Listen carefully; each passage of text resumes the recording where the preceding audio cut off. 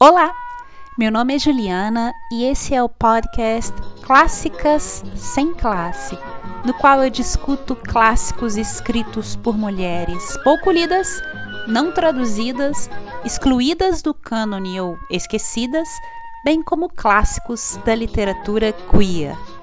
Tudo sem a menor classe, claro.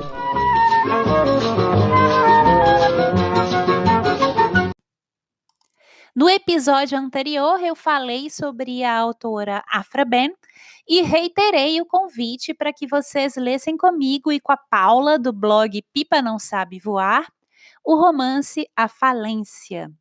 No episódio de hoje, então, como prometido, a Paula e eu vamos discutir essa obra.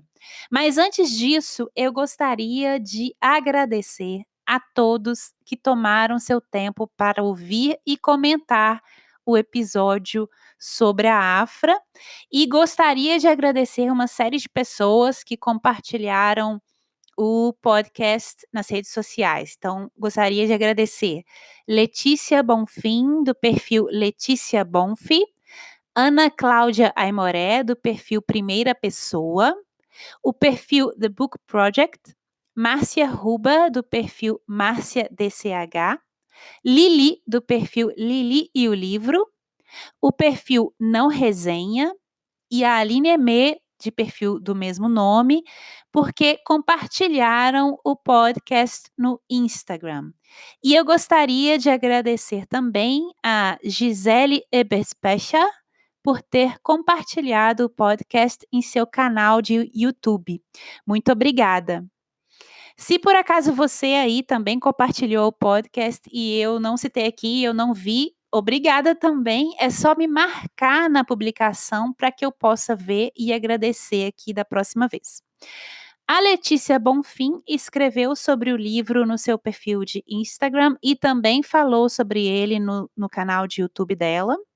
A Márcia escreveu sobre o livro no Instagram e a Aline Emê resenhou o livro no YouTube. Eu vou deixar todos os links no box de descrição desse episódio. Obrigada, gente. Mas então vamos agora ao que interessa, que é o nosso debate sobre a falência. Abre aspas. Suponhamos, por exemplo, que a nossa honestidade é um casaco preto e que a das senhoras é um vestido branco. Tudo é roupa, tem ambos o mesmo destino, mas que aspectos e que responsabilidades diferentes. Assim, o nosso casaco, ora o vestimos de um lado, ora de outro, disfarçando as nódoazinhas. O pano é grosso. Com uma escovadela, voa para longe toda a poeira da imundície. E ficamos decentes. A honestidade das senhoras é um vestido de cetim branco sem forro. Um pouco de suor se faz calor, macula-o. O simples roçar por uma parede à procura da sombra amável, macula-o. Uma picadela de alfinete que só teve a intenção de segurar uma violeta cheirosa, toma naquela vasta candidez proporções desagradáveis. Realmente, deve ser bem difícil saber defender um vestido de cetim branco que nunca se tire do corpo. Eu não sei como elas fazem e, francamente, não me parece que a vida mereça tamanho luxo. Fecha aspas, A Falência, de Júlia Lopes de Almeida. Bom, gente, eu estou aqui então com a Paula Dutra, que aceitou aqui meu convite para que pudéssemos discutir a obra da Júlia Lopes de Almeida. Eu espero que ela participe mais aqui do podcast, mas primeiro eu gostaria aí que ela se apresentasse. Ei, Paula, o que você quer dizer aí para os nossos ouvintes? Oi, gente, bom dia, né? Obrigada, Ju, pelo convite. Muito bom conversar com você sobre livros, como sempre. E estou muito feliz de conversar aqui com você hoje sobre a obra da Júlia Lopes de Almeida, né? Para quem não me conhece, eu sou a Pipa, tá? Do blog Pipa Não Sabe Voar. Então, o que mais? Bom, a gente pode começar fazendo uma sinopse do livro, né? Algumas pessoas leram esse livro com a gente, a Aline Emê, o Volney Fernandes, a Letícia Bonfim, Márcia Huber, essas foram as pessoas que eu vi, assim, pode ter tido mais gente que leu, mas aí não me marcou, eu não vi, não sei. Bom, o romance, ele se passa na República Velha, durante, mais especificamente, o encilhamento, acho que bem no ano de 1891, e gira em torno aí da família de um dos nossos protagonistas, que é o Francisco Teodoro. Ele é um imigrante português que emergiu socialmente, né? Ele foi para o Brasil, começou a trabalhar como humilde, um caixeiro, e veio a enriquecer e fazer fortuna como comerciante de café no Rio de Janeiro. E esse é o início do romance, né? A gente começa, eu acho, aquela cena inicial muito forte, assim, muito detalhada. A gente já começa entrando no armazém do Francisco e entrando no meio do trabalho, assim. E eu achei muito bonita a descrição que ela faz disso. E o Francisco, então, é proprietário desse armazém, exportador de café, e ele vive, no momento da ação, ele vive num palacete do Botafogo, na companhia da esposa Camila e de 4 filhos, de uma agregada, que se chama Nina, uma sobrinha da Camila, que foi abandonada pelo pai, parece que a mãe teve um passado assim meio escuro. E o casamento do Francisco com a Camila, chamada de Mila, meio que foi um casamento de conveniência. Ela era mais pobre e então o Francisco a retira aí da pobreza e também começa a sustentar a família dela, né, os pais e os irmãos que moram em Sergipe.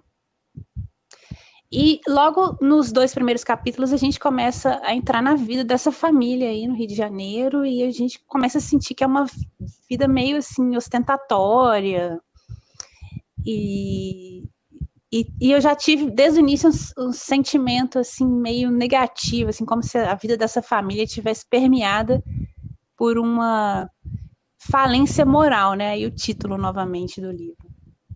Não sei, tô falando Também demais. senti isso. Me interrompa, Paula. Não, eu também senti isso. E eu gostei muito das descrições da Júlia Lopes de Almeida, né? No início que você falou, até o cheiro ela descreve, né? O cheiro do café e dos homens suados carregando aquelas sacas de café, né? Então ela faz realmente uma descrição assim que transporta realmente a gente para a cena. E o Francisco é esse homem totalmente vaidoso, né? Ele queria esbanjar, né? Ele não poupava dinheiro com comida, com festa, com presentes para a família, para mostrar que ele tinha poder, né? Então é meio essa... Esse eu acho um ponto bem importante. Eu te interrompi aqui? Não, tranquilo. E aí eu vi realmente essa parte da falência, né? Que você falou aí, a falência moral, né? De um início que eles estão vivendo uma vida mais para pensar no que os outros estão achando da vida deles, né? Mais preocupados com a imagem que estão passando do que com o que de fato eles viviam ali, né? O próprio casamento mesmo, algo muito de aparência, como você falou, pelo dinheiro, né? Já que eles eram de classes diferentes. E também em relação aos filhos, né? Não, isso que você falou do Francisco, voltando aqui um pouquinho, dele esbanjar dinheiro como uma forma de poder, eu acho que esse já é o primeiro elemento ali que vai trazer essa falência para essa família, né? Assim, em nenhum momento a Camila se sente realmente amada, é toda uma relação de controle, de poder mesmo, e tudo parece que se passa, assim, sem o Francisco realmente perceber, né, assim, aí você começou a falar da família, o Mário, né, o filho primogênito do casal, a vida dele, como ele já começa a ter uma vida de dissolução moral, de boemia, desbanjar dinheiro também. Sim. Então eu achei esse primeiro ponto aí bem marcante da história. Por outro lado, eu não acho que nenhum dos personagens ela faz assim de uma forma muito crítica, né? Eu acho que ela faz personagens bastante complexos. O Francisco tem esse lado negativo que a gente já vê de cara, de materialismo, de ficar se comparando com os rivais de negócios lá, o Gama Torres. Mas, por outro lado, eu não sei, eu pelo menos, eu não achei que ele fosse um personagem mau, eu tive uma certa empatia com ele, especialmente, aí a gente vai fazer spoilers aqui, né, especialmente depois que ele se mata, e aí a própria visão da Camila sobre ele muda também, e eu gostei também dessa parte do romance, que a autora mostra os defeitos dos personagens, mas abre para complexidade, assim. Sim, isso ela faz muito bem, eu gostei também, porque não consegui sentir raiva do Francisco Teodoro em nenhum momento, e assim... eu queria sentir raiva também, mas não consegui. E a própria Camila, no final, eu tava sofrendo, tadinha, ela ficou sozinha. Exatamente. E de perceber que cometeu um erro, que devia ter, né, dado importância ao casamento, ao homem que ele era. Enfim, ela faz uma reflexão depois com a morte dele, né? Tem um crescimento. Os personagens, eles têm uma evolução, mesmo que pequena, porque a gente fica com os personagens muito pouco, né? Sim. Mas você vê que não estão parados ali, eles têm uma evolução, eles mudam, seja para pior ou para melhor. Isso eu achei também muito... Não é todo escritor que consegue fazer isso, né? Como que essa escritora foi esquecida, tendo um tratamento tão sutil para essas complexidades, né? Realmente. A gente pode falar também dos outros personagens, né? A Nina, eu acho uma personagem tão importante também, essa menina que é agregada da família, né? E que no final ela vai ser tão importante porque vai ajudar, vai fazer parte dessa parceria de mulheres aí que vai tentar se sustentar após a falência. E ao mesmo tempo cumprindo o destino de mulher, né? Que ela fala muito assim, o destino de mulher de cuidado, né? De cuidar da casa. Tem uns trechos que ela fala um pouco isso, né? Não ser amada. Dá uma certa vontade de sacudir a Nina, assim, vai embora, minha filha, você pode ser livre agora. Sai dessa. Ela assume a responsabilidade que o Francisco não assumiu, né? Eu achei isso também genial. O personagem mais velho, o cara que era responsável pela falência financeira da família, pelo menos, ele vai e se exime disso ao se matar, e a Nina vai lá e assume essa responsabilidade, e as outras mulheres também, né? Verdade. Em parceria, eu acho genial. E uma personagem que me encantou muito foi a Ruth. Porque ela sempre tinha um olhar muito, muito sensível em cada situação, em cada cena, às vezes muito pequeno, mas ela trazia um olhar assim, de muita sensibilidade para cada coisa, né? Apreciando o céu ou com a música que emocionava alguém, que fazia pensar, né? Até o próprio sentimento mesmo com o pai, né? Então, eu achei uma personagem daquela Sancha, né, que era a menina negra que sofria né, abusos da família, era espancada, e ela fala, foge. Ela é essa voz também que defende as mulheres, né? Que consegue ser diferente, assim, um pouco, né? Sair um pouco do normal para uma menina da classe dela e do meio em que ela viveu, né? Exato. E isso também tem a ver com a imaginação, talvez, né? Com a criatividade, ela consegue sair daquilo que ela está acostumada e ver uma coisa diferente que ninguém está percebendo ali, né? Verdade. Por outro lado, a Ruth, isso é uma coisa que a Aline Emê comentou no texto dela, não sei se a gente já deve trazer isso de uma vez, mas da linguagem racista. Isso a Aline Emê no vídeo dela. Sim. Comentou que incomodou um pouco. De fato, isso me incomodou também. E eu acho que às vezes a Ruth tinha um pouco isso, assim, tinha linguagem, tinha um jeito racista de ver a Sancha. Sim, no início, quando ela descreve, né, da feiura, ela associa a ser negra a sujo, no É, início, mas ela também se toca com aquela situação e ela acha que somos todos iguais, né? Tem a parte que ela fala, nosso coração é igual. parece que ela cresceu aí também, né? Que a Sim, personagem eu teve uma evolução. achei. É, Do primeiro momento, que talvez fosse assim, bem, né, bem claro, mas ela se internece com outro ser humano que está sofrendo, né? Isso. quando ela vê a justiça, né?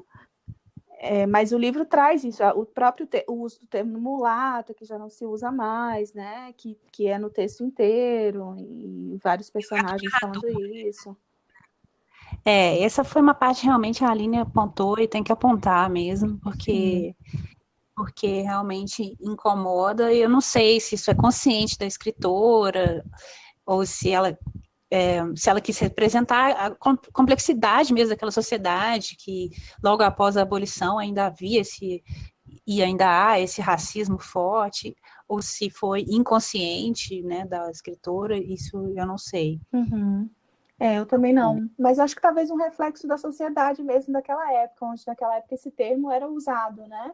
Então foi muito questionado depois de muito tempo, né? Então talvez até inconscientemente ela usou, não sei se como uma crítica, né? Não dá pra gente saber. Não dá pra ver, não tá muito claro no romance que é uma Não. crítica. Mesmo a despeito do fato de que ela representa tudo de forma complexa mesmo, ela não passa um verniz em nada, pelo menos não nesse romance, assim, né? Sim. A própria opinião do Francisco Teodoro sobre as mulheres, né? Que é muito questionado. Ele é bem machista, bem contra a emancipação da mulher. Tem um diálogo ótimo, né? Que, aliás, é com uma outra personagem, a Catarina, Catarina. irmã do Rino. Essa personagem, ela me intrigou. Ela parece muito pouco, assim, mas ela me intrigou demais. E aí, nesse diálogo, ela fala, mas você não gosta de mulheres emancipadas? Aí, é isso que você falou, né? Sim. Tem personagem que fala, não, a mulher tem que cuidar da família, tem que viver para os filhos e tal. E eu tive a impressão nesse diálogo que depois, nos diálogos que ela tem com o Rino, que ela era a favor, a Catarina, da emancipação da mulher nesse tempo, especialmente a educação da mulher. Sim. Mas não ficou tão claro, porque depois ela fala, será que eu devo casar? E o Rino, eu não sei se você lembra desse diálogo, o Rino responde, você é muito indomável, você é muito franca, você não deve casar. E ela fala, mas e aí não tem outra opção? O que eu faço? Aí ele muda de opinião, fala, então casa mesmo. Mas eu achei que ele fala assim, não, então permaneça livre, você é indomável, então não se case. Então ele mesmo percebe que ela não se encaixaria naquele papel, né? Justamente por questionar, tem um momento até que ela fala, quantas mulheres que você conhece que sabem ler? Tem uma fala dela que ela percebe isso. Então, da votação, ele chega a perguntar se ela queria votar. Mas eu acho que ela é esse contraponto, assim, né? Para mostrar a outra perspectiva das mulheres. Eu gostei muito dela também. Eu achei. E eu achei muito interessante da escritora usar essa personagem para isso, assim, porque ela também não é panfletária, né? Ela deixa meio que em aberto, assim. Ela não casa, mas também não fala tão mal, assim, do casamento. Sim. E ela fala dos problemas da mulher não ter acesso à educação, não ter acesso ao voto, mas também não tem aquele tom panfletário, sabe? Então, por isso que eu achei a escritora bem inteligente ao usar essa personagem para abordar esses temas, mas sem fazer com que a história fosse algo muito transgressor para aquele tempo, Sim. sabe? Ela é bem sutil. E eu gostei também pode muito. ser criticado. Desculpa, eu te interrompi. Também pode ser criticado, né? Eu li alguns artigos das pessoas falar, é um feminismo muito brando, o da Júlia Lopes de Almeida. Não sei, eu realmente não.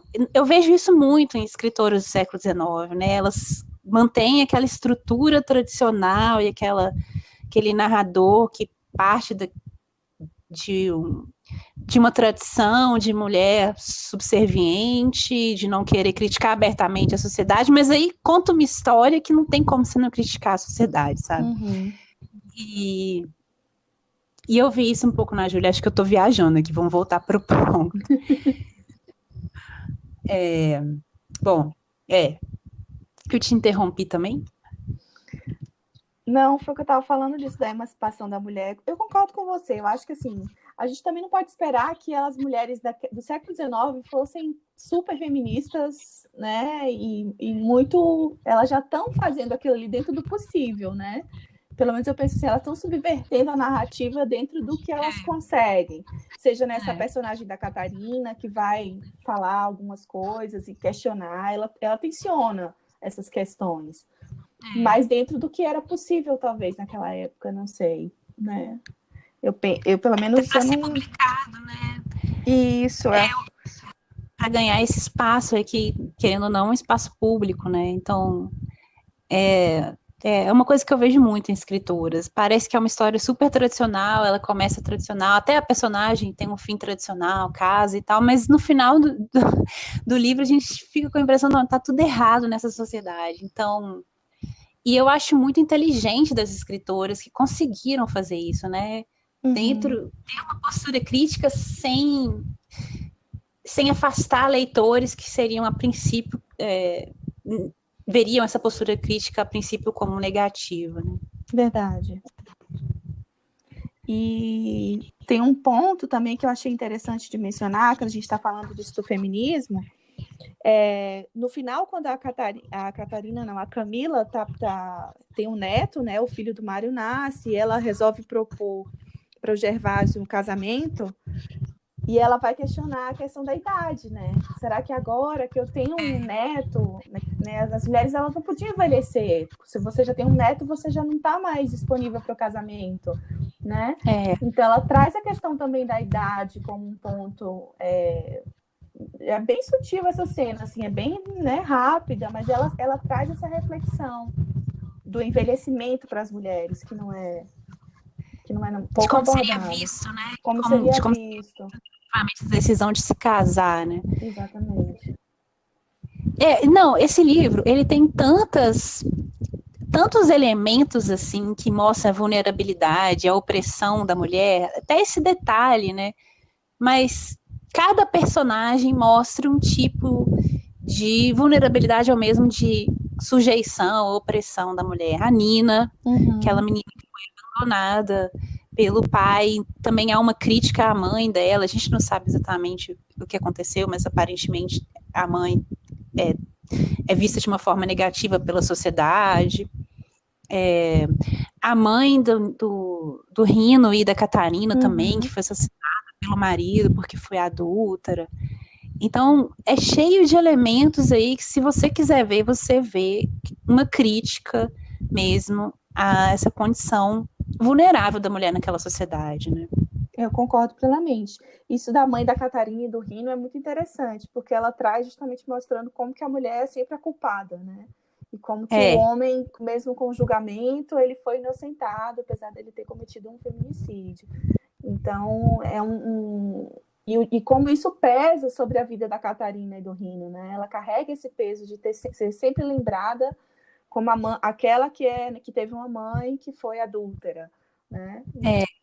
Ninguém se lembra que a mãe foi assassinada, né? Exatamente. Que parte, assim, é apagada. E engraçado que isso me lembra também, agora eu não lembro se acho que é no início do livro, os personagens estão tendo um diálogo que fala da duplicidade dos códigos de conduta. Que para os homens as exigências morais seriam como um tecido preto, se sujar não dá para ver direito. E para as mulheres as exigências morais, assim, seriam como um tecido branco. Qualquer coisinha você vê uma mancha. Verdade. A imagem é perfeita. A imagem é perfeita, realmente.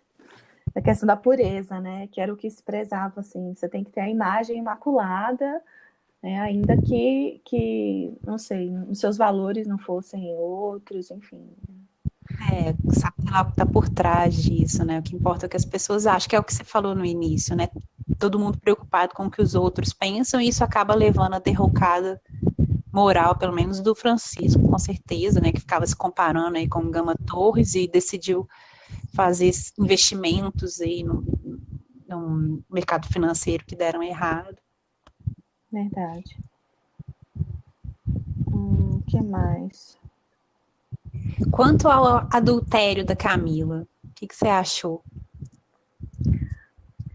Nossa, tô aqui pensando ainda sobre esse adultério da Camila. Porque tem a coisa do romantismo também, né? Mas tem aquela coisa do mostrar que, ao mesmo tempo, ele só estava interessado nela enquanto ela era casada. Porque depois que o marido se suicidou, ela também perde o interesse, né? Então mostra, assim... Não quis ajudá-la, né? Tipo Isso, assim. Aí revela que ele também era casado e ela nunca soube. Então ela também foi traída. Então mostra também uma coisa de um jogo, assim, né? Não sei, que ela fica pensando sobre isso depois. Ela se questiona, né? Quando o marido morre, ela vai refletir sobre o tanto de entrega que não teve, enfim. E que Como tava tudo na cabeça dela, né? Assim. Uma idealização, assim, também, né? Daquele amor romântico, apaixonado, não sei.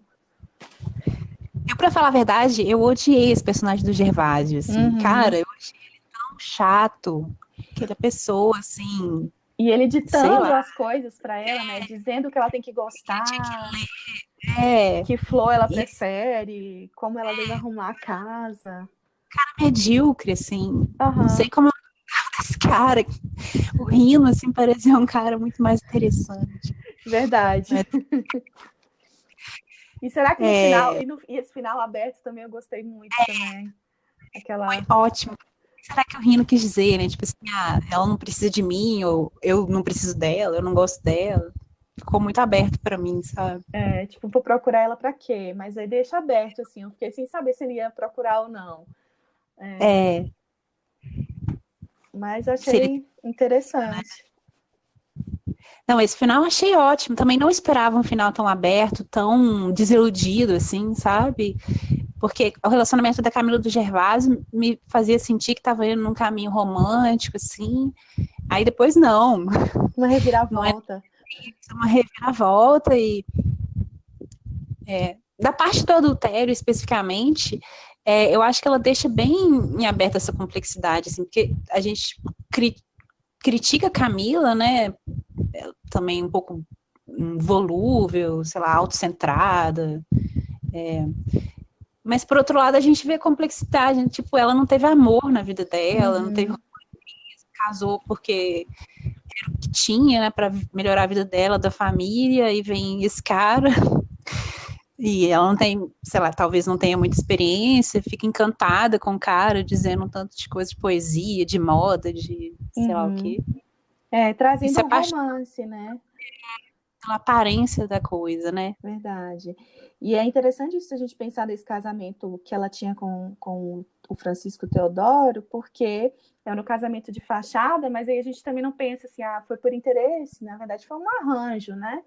Por ela ser mais pobre do que ele, era conveniente, mas uma violência também, né, contra a mulher nisso, porque no final ela fala que ela, tem até um trecho aqui que eu marquei, que o próprio marido não obtinha dela mais do que o carinho frio de condescendência, né, então, tipo assim, ela estava ali naquele casamento também sofrendo muitas violências, né, se a gente pensar que não era nada por amor e que, né, era uma obrigação. Até porque ele traiu ela, no início ela até justifica isso, né, Sim. tipo, quando ela o marido foi uma desilusão tão grande, aí ela até justifica o próprio adultério dessa forma, né? Então, já vê que o casamento não era realmente uma coisa saudável para ela, nem para o Francisco, talvez, né? Sim. Mas o que eu achei, outra coisa interessante também é que depois que ele se mata, aí ela cai em si, meio que não sei se se arrepende do adultério, mas se arrepende de algumas formas como tratava o Francisco, como a relação se desenrolava. Mas, de uma certa forma, ela tem uma certa libertação, assim. Eu vi dessa forma, pelo menos. Ela não tem mais casamento, que aprende, e aí ela vai partir para o trabalho, né? Para parceria com as outras mulheres, para sustentar aquela família. E eu não consigo deixar de ver isso também como uma certa libertação de um esquema. E eu também acho que quando o Gervásio diz não para ela é um choque, né? Assim, afinal, eu acho que ela o amava, mas de certa forma ela tem também uma certa libertação, né? Ela não vai se fazendo de vítima, não, ela recobre logo o amor próprio dela e vai para frente, vai educar as filhas dela e vai tentar manter a família. Isso eu achei fantástico também da história. Que ela fica até mais forte, né? Depois dessa, que ela chama de segunda viuvez, né?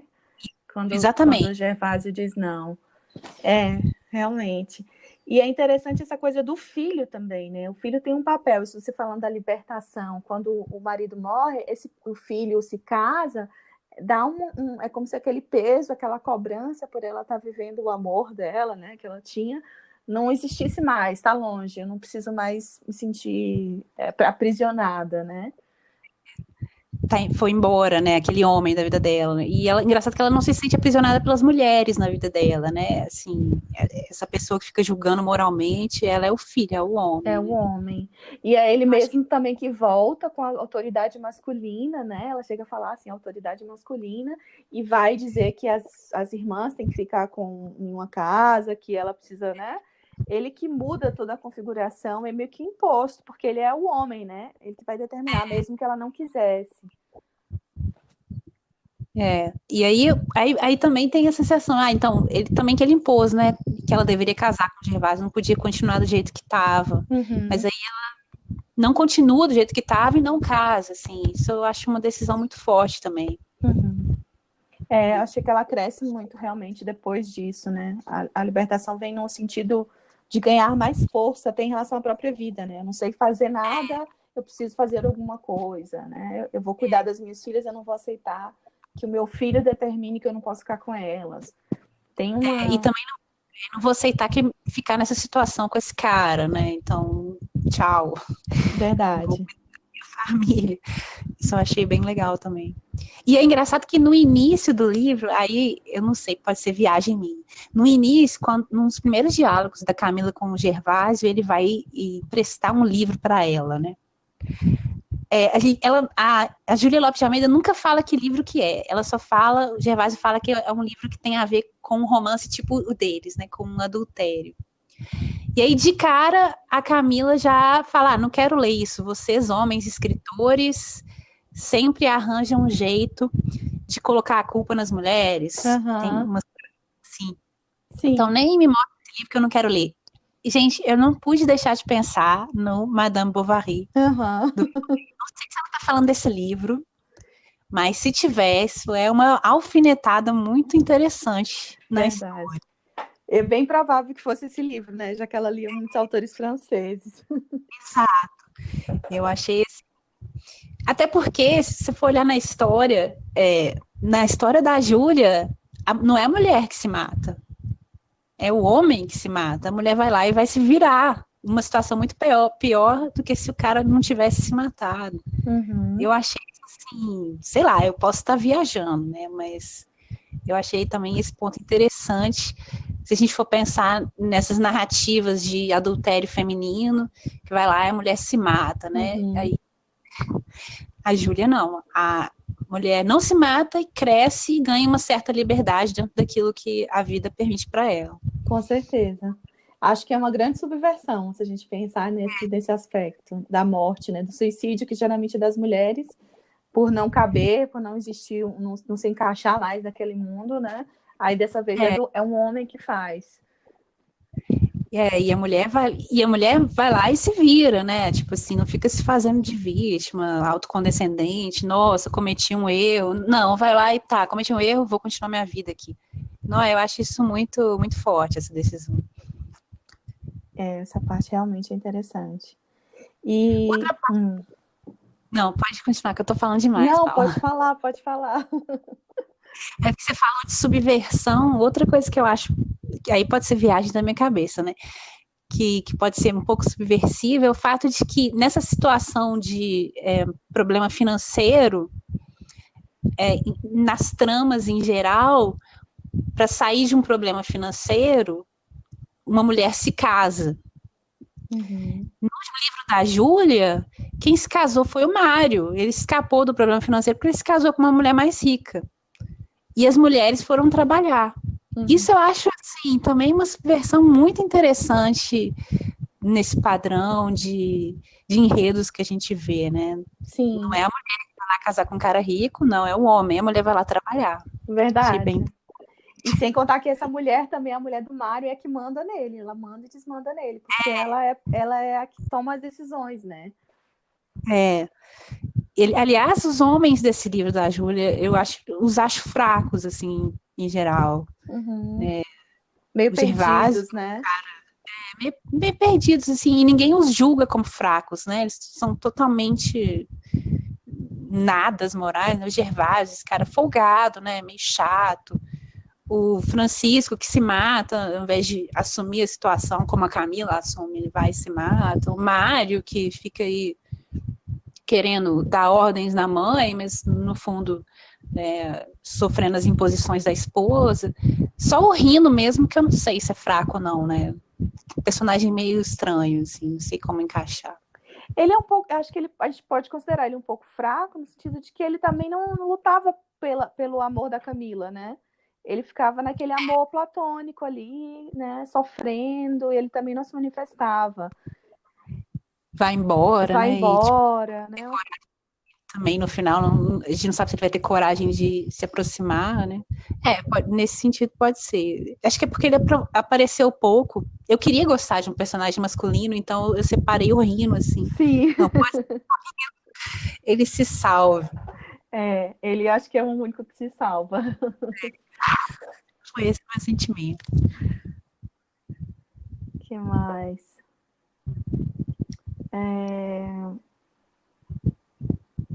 Eu ia falar daquelas as duas tias, né? Que moram nesse castelo, num lugar sujo, e são mais pobres, mas também são muito... Tem várias questões para a gente observar ali da conduta delas, né? A Etelvina, né? Aquela mulher. Essa aí eu acho que é um personagem desprezível, eu não consegui ver nada positivo nela. A Varinha, né? Pega o dinheiro das doações religiosas, né? Isso, mostrando a questão da aparência, da inveja, né? Que ficar querendo saber o que se passava para falar da vida dos outros. Ela traz, E só assim, bem... Só criticando. Um lado negativo, assim, das pessoas, também violenta, né, com a moça que trabalhava na casa delas. Isso. Realmente, ela é bem chocante, mas é engraçado que parece real também, né, não é uma personagem que você pensa, não, isso é um tipo ideal, a gente nunca vai ver uma pessoa assim, mas ela tem umas coisas que parecem um personagem real, assim. Sim, eu acho que é bem real. E a Joana, a irmã dela, né, ela é devota, doando dinheiro para a religião, mas ao mesmo tempo permitindo que a Etelvina batesse na moça que trabalhava para eles, tratasse de uma forma totalmente desumana, né? Então eu acho essa parte da Joana também bem crítica. Uhum. Sim. E tem também os pontos, né, que a gente pensar das questões, eu marquei várias coisas da fala do próprio Francisco Teodoro, né, sobre a mulher, naquele momento que ele vai no navio do Rino, e o cozinheiro faz uma ótima refeição, e ele questiona que aquele lugar deveria ser um lugar das mulheres, que são as mulheres que cozinham.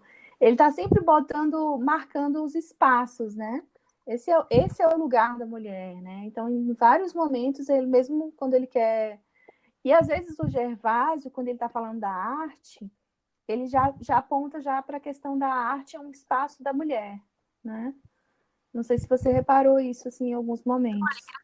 Esse do Gervásio eu não reparei. Mas aí ele fala isso como se a arte fosse uma coisa inferior? Não, ele fala assim, digam o que quiserem, para mim a intuição da arte está na mulher, né? Então ele mostra assim, que esse olhar para a arte ele é feminino. Eu marquei essa frase que me chamou a atenção justamente para pensar esses espaços, né? Enquanto o outro está dizendo da casa, da cozinha, da limpeza, do cuidado, né? Ele também está chamando a questão da arte para a mulher. Eu não sei o que pensar, eu não gosto de Gervásio, então já vou pensar que esse negócio de separar espaços já me incomoda, né? Sim, sim. De tentar deixar claro o que é da mulher e o que não é, né? Uhum. Não, acho que eu senti na hora como um ponto de elogio, não foi nem como algo ruim, não. Entendi. Mas por outro lado, aí eu já começo a viajar, começo a pensar aquela coisa de que a poesia na língua portuguesa, né? A poesia, a mulher pode escrever poesia, mas escrever prosa, romance já teria um certo problema, que é uma coisa que a Júlia Lopes de Almeida vem enfrentar, né? Escreveu de tudo, principalmente romance em prosa, né? E os temas que uma mulher deve tratar nos seus romances, né? Ela deve tratar apenas da família, do casamento, amor, temas domésticos, mas quando começa a falar de política, economia, aí já não é tema da mulher, né? Declarações. Que nesse romance a Júlia também vem quebrar, né? Assim, ela tá falando primordialmente falência, né? Falência moral e falência também econômica, falência financeira, sobre os negócios aí do Francisco Teodoro, que talvez não fosse um tema que fosse esperado que uma mulher tratasse no romance, né? O encilhamento, as especulações financeiras. Quebrando aí mais uma vez, né? Sei lá. Não, ela foi muito, muito, muito para frente. Eu achei ela ótima nesse sentido de abordar temas que a gente não, né, normalmente não veria uma mulher tratando. Ela enfrenta, rompe essa barreira, né? Exatamente, e em nenhum momento o romance parece assim muito transgressor, muito radical. Isso que eu acho interessante. Assim, até lendo nem parece radical, parece assim bem ameno, mas quando a gente vai vendo os detalhes, assim, não, peraí, ela tá falando de um tema que mulher não podia tratar em romance. Ela tá escrevendo prosa, não tá escrevendo poesia confessional. Ela tá criando vários personagens para ilustrar diversas situações de opressão feminina. Tá falando de adultério feminino sem aquela culpa, sem aquele peso todo que os romances que tratam desse tema naquela época tinham, né? Ela tá fazendo muitas coisas aí sutilmente, sem chocar o leitor. Mas aí quando o leitor vai dormir, começa a pensar, não, mas espera aí, tem aquele ponto, tem aquele outro. Sim. Isso eu acho interessante também. Eu achei que ela foi brilhante nesse livro. E com muita delicadeza, muita sutileza, ela conseguiu abordar de uma forma assim, muito inteligente várias questões importantes.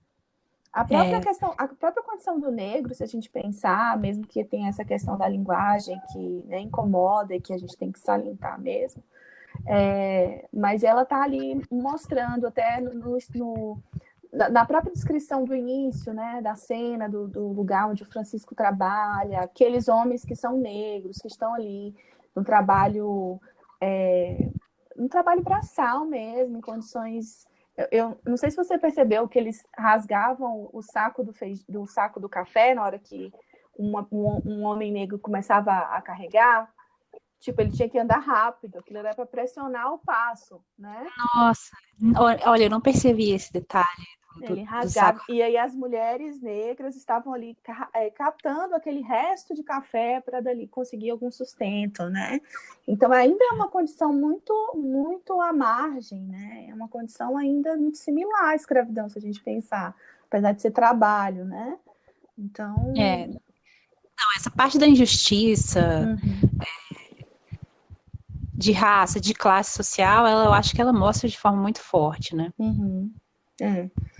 E na própria personagem da Sancha, né, as outras mulheres, as mulheres que são mais pobres, né, tem sempre a questão do casamento como uma chave também, né?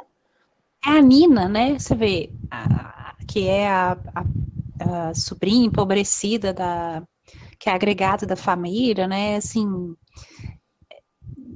a situação dela, né, não tem dinheiro, vive ali mais ou menos como uma pessoa que trabalha para a família, mas ao mesmo tempo não é uma empregada, não tem nenhuma segurança ali do futuro. Eu acho que ela, nessa personagem, ela ilustra muito bem esse problema das mulheres empobrecidas, né? Uhum.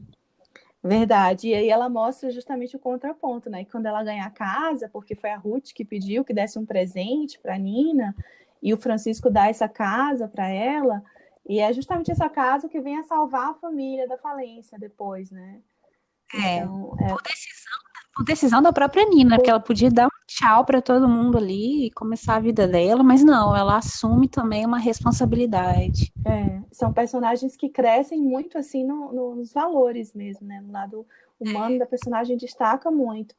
E acho interessante a crítica que ela faz à religião. Se a gente pensar aí, também tem uma crítica muito forte, né?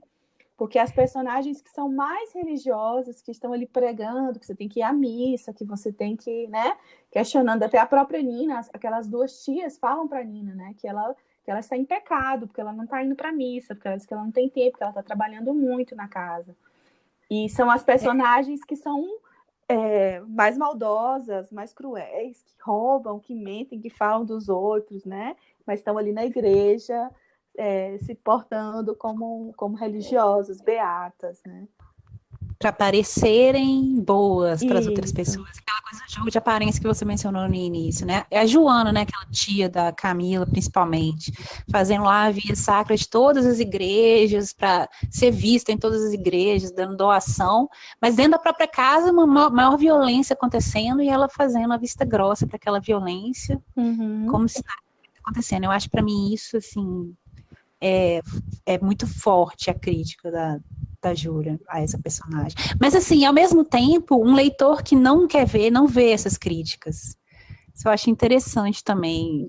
Identifica o personagem da Joana, mas aí não dá esse salto, assim, dessa certa hipocrisia cristã desse personagem. Sim, verdade.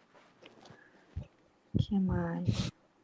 E uma coisa que, para a gente falar um pouquinho, você já falou, eu sei que no outro podcast você falou da vida da Júlia Lopes de Almeida, mas isso dela não poder assumir a cadeira na Academia Brasileira de Letras não é muito revoltante? Não, isso é terrível. Gente, péssimo. E o marido dela que ficou no lugar. Nossa Senhora, é muito revoltante. Não tem palavras para isso, né? E agora houve um comentário, né, que o marido teve que assumir a cadeira porque é o preço que ele paga por ser casado com uma esposa inteligente. Esse comentário também eu achei terrível. Demais. Estava lá nos autos, né, do processo de formação da academia. O que mais que a gente pode falar aqui? Questão da velhice, que eu falei, do casal.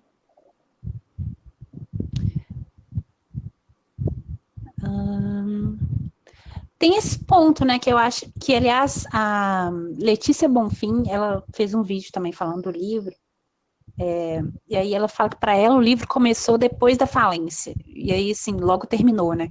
Mas eu tive essa sensação no seguinte sentido, a vida das personagens vai começar ali também, né, depois da falência, que é quando elas perdem os privilégios lá da vida que elas tinham, burguesa, mas ao perder esses privilégios, elas também perdem uma prisão, né? Então, de certa forma, ganham uma forma de liberdade. Não sei se é uma forma de liberdade que elas queriam, mas é uma forma de liberdade. Achei interessante esse ponto, assim. Também o fato de a Camila não casar com o Gervásio ser também, de certa forma, uma possibilidade de liberdade para ela, né? Eu acho que isso do não casar, que aparece tanto na Camila quanto na Catarina, e ela também não casou, temos aí né, mulheres que não estão casando e tendo uma postura mais de liberdade. Nenhuma mulher casa nesse romance. Isso é interessante demais, porque geralmente romance do século XIX as mulheres casam. Nenhuma mulher casa. Camila não casa, a Ruth a gente não sabe, talvez não case, a Nina não casa. E todas formam uma parceria para sobreviver, para tocarem a vida, né? E não sei que mensagem ela está passando sobre casamento, tipo assim, talvez que casamento não pode ser visto como o porto seguro da mulher, né? O porto seguro é outro, é colaboração, é educação, é trabalho. Não sei. Eu acho que ela passa mesmo essa mensagem, sabe? Teve uma coisa que me incomodou um pouco no livro, é quando ele fala da questão da raça. Ela fala em vários momentos, né? Que às vezes é falando do Mário, né? Que deixa eu pegar aqui o texto que eu marquei. A culpa era do sangue, da sua raça, que menos estima os superiores quanto mais estes a afagam. Por isso ela morria de amores por Mário, um rapazinho atrevido, de gênio autoritário e palavras duras. Isso é a Nina falando do Mário. Então, assim, aparece essa questão da raça muitas vezes como uma justificativa, né? Tanto do Francisco falando dos ingleses, né? Eles são uma raça superior, porque eles têm mais. Aí o outro questiona, não, é mais educação, que eles tiveram mais instrução. E chega um momento que ela faz a distinção entre o que é instrução e o que era educação, né? Não sei se você se lembra desse trecho. Em alguns pontos aparece essa coisa da raça, né? Então isso me incomodou um tiquinho. Eu acho isso muito problemático também. Isso também acho que também aparece quando a Ruth vai pensar sobre a Sancha, quando a Nina pensa sobre si mesma, né? E isso aí realmente é um ponto que me incomodou também nesse livro. Uhum. Eu não sei se também é consciente da escritora, ela está representando uma complexidade, o que a sociedade pensava naquela forma. Até hoje tem gente que fala isso, né? Os ingleses são melhores, blá, blá, blá. Uhum.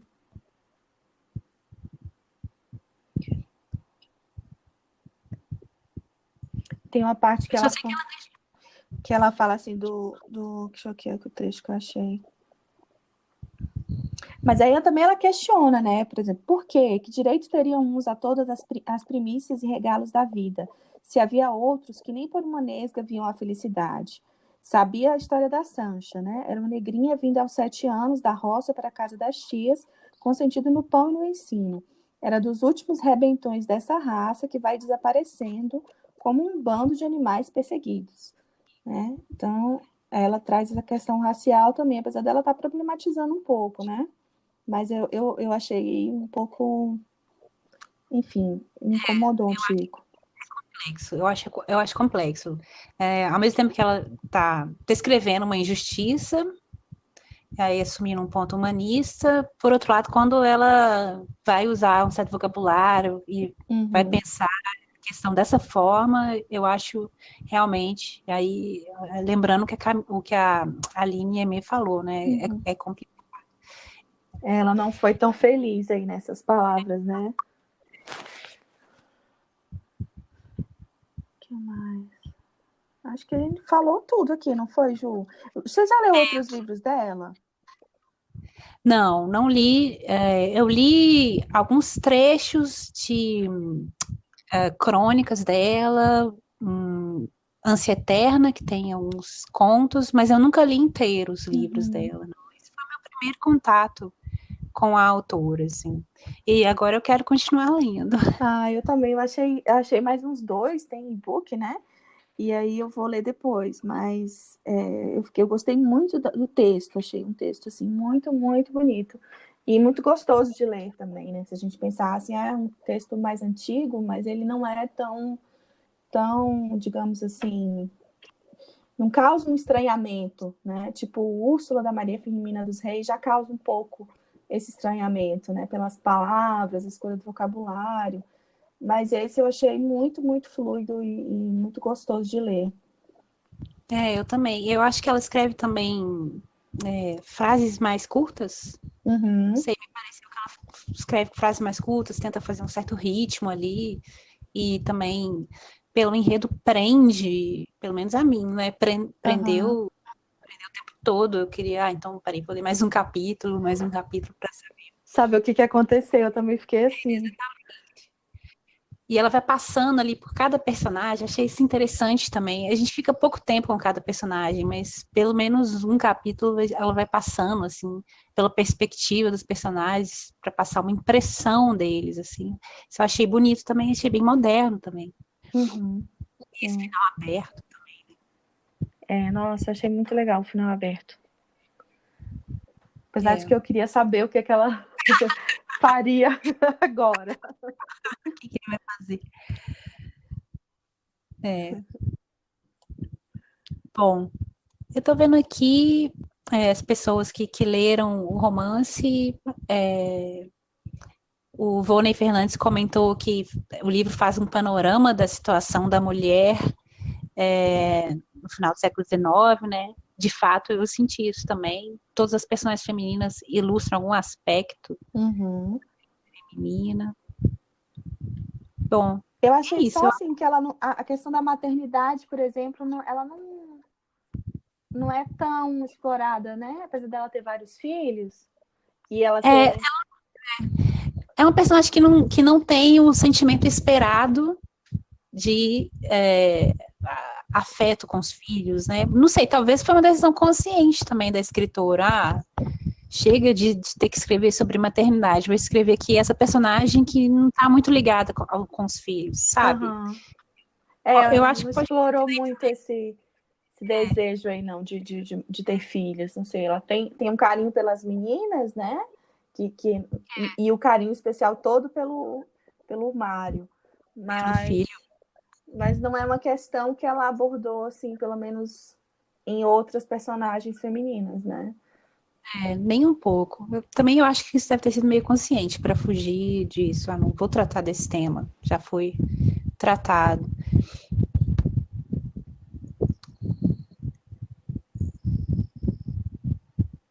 É engraçado que os personagens que expressam o desejo, ou talvez o sentimento filial, são os homens, falando que são as mulheres que têm que cuidar dos filhos, e blá blá blá, que a mãe tem que... Isso eu vejo nos personagens masculinos da Júlia, mas os femininos nunca abordam isso. Bom, eu acho que esses foram os pontos que eu peguei aqui, tô até vendo meu esqueminha de pontos para abordar. Acho que a gente falou de todos aqui. Uai. Então a gente vai finalizar? Como que é? Finalizamos, então, Ju. Muito obrigada, Paula, por ter lido comigo esse romance. Eu que agradeço, é um prazer conversar contigo. Eu espero que você queira participar mais aí, ler mais livros, sei lá. Vamos sim. Foi a primeira vez, a gente ainda está aqui aprendendo a fazer podcast, mas... Exatamente. Do próximo sai melhor. Um pouco menos não profissional, digamos assim. Aí fiquem abertos, a gente conversa sobre próximos livros. Não sei se você tem algum livro para indicar para o pessoal, se quiser falar alguma coisa para o pessoal para despedir aí também, não sei. Eu acho que quem leu esse devia ler também o da Maria Firmina, né? O Úrsula, que é um livro importante. Também é bem novelão, assim, apesar de eu ter gostado muito mais da escrita da Júlia Lopes de Almeida, mas também é um livro interessante para a gente pensar, principalmente a questão do discurso abolicionista, né? De uma escritora negra, a primeira escritora negra brasileira. Então, eu recomendaria a leitura do Úrsula também. Fica aí essa dica. A gente, de repente, pode até ler no podcast junto também, né? Pode ser. Eu topo, tá? Então já estamos planejando as cenas dos próximos capítulos aqui, né? Ou então outro livro que você escolher, também topo. Estou super aberta aí a bater papo. Tá, joia. Então a gente vai conversando. Bom, fiquei muito feliz com a sua participação, adorei conversar com você, eu acho que a gente poderia continuar conversando aí sobre esse livro, vai surgindo, os pontos vão surgindo durante a conversa, né? Acho que o pessoal deu para perceber que não tinha um esquema muito fixo aqui, que era uma coisa mais livre, e é isso, eu espero que você tenha gostado, Paula, espero que os ouvintes tenham gostado. E fica o meu convite aí, reiterado várias vezes, para que você participe mais da discussão aqui do podcast. Se você quiser, claro. Vou adorar, Ju. Um beijo. Então tá, um beijo. Até mais. Tchau.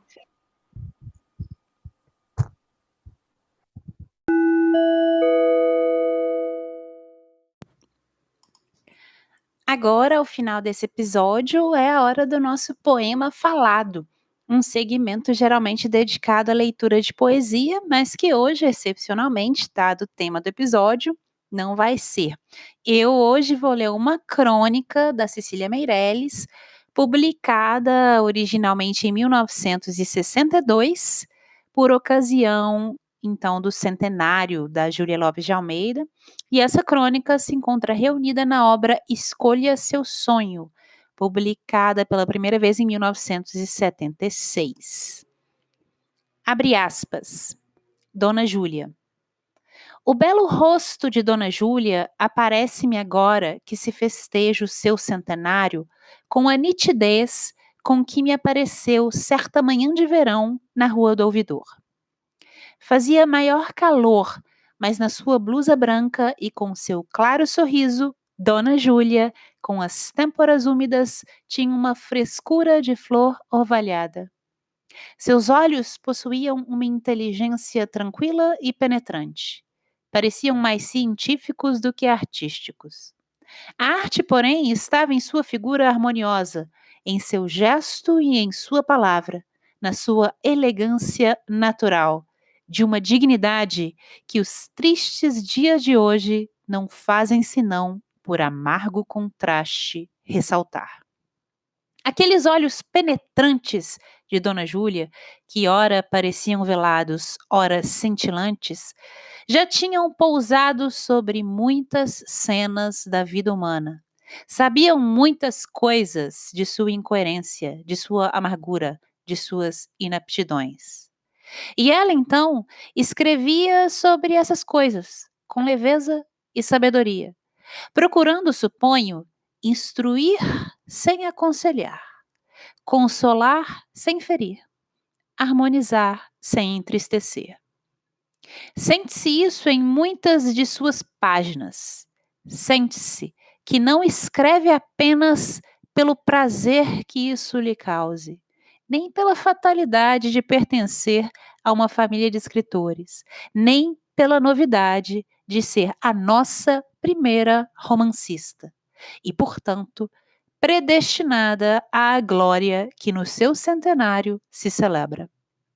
Um pouco de tudo isso influiria no seu impulso criador, mas anteriormente a tudo isso, há uma espécie de piedade, um desejo de fazer bem, uma necessidade de contribuir para um mundo melhor que, ai de nós, pertence muito mais à natureza dos educadores que à dos simples escritores.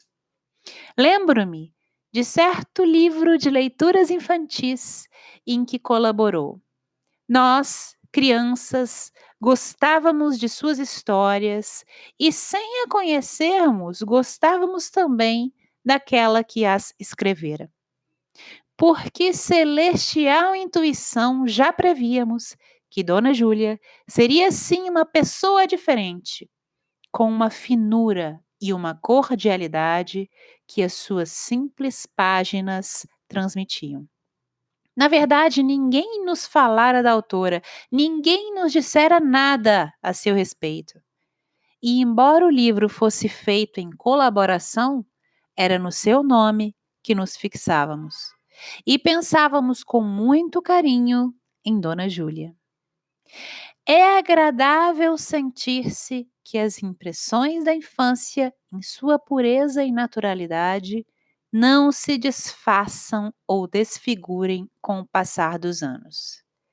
Que os olhos críticos e já sem ilusões da idade madura não se decepcionam diante do seu antigo encantamento. E Dona Júlia não desencantou nunca. Soube conservar, com sua fama de escritora, sua elegância natural de mulher culta e boa, dedicada e útil, conciliando em si, como na sua obra, a beleza e o bem. E é isso o que agora, pelo seu centenário, se recorda se celebra e se deve agradecer. Fecha aspas, Cecília Meirelles na crônica Dona Júlia. É isso, pessoal. Eu agradeço novamente a Paula por ter participado desse episódio e reitero o convite para que ela participe de mais episódios aí do podcast. Se vocês tiverem algum comentário, sugestão, crítica ou pergunta, ou mesmo se quiserem participar do podcast, basta entrar em contato comigo por minhas redes sociais, que estarão linkadas nas show notes desse episódio. Eu sou @blankgarden no Instagram e @ablankgarden no Twitter. Caso vocês ouçam o podcast no aplicativo Anchor, vocês também podem me mandar mensagens de voz por lá. Eu também disponibilizo as transcrições de cada episódio na página do podcast para quem não tem condições de ouvir. Todos os links vocês encontram no box de descrição desse episódio. E agora eu tenho uma pergunta para você que nos ouviu até aqui. O que você achou aí da obra Falência? Qual é a sua opinião sobre os tópicos debatidos no episódio de hoje? Há algum outro livro ou autora que você gostaria que eu abordasse aqui no podcast? É só deixar a sua opinião ou comentário nas redes sociais do podcast. Muito obrigada por terem escutado até aqui. Espero que tenham gostado e até o próximo episódio. The podcast you just heard was made using Anchor. Ever thought about making your own podcast? Anchor makes it really easy for anyone to get started. It's a one-stop shop for recording, hosting, and distributing podcasts. Best of all, it's 100% free. Sign up now at anchor.fm/new. That's anchor.fm/new to get started.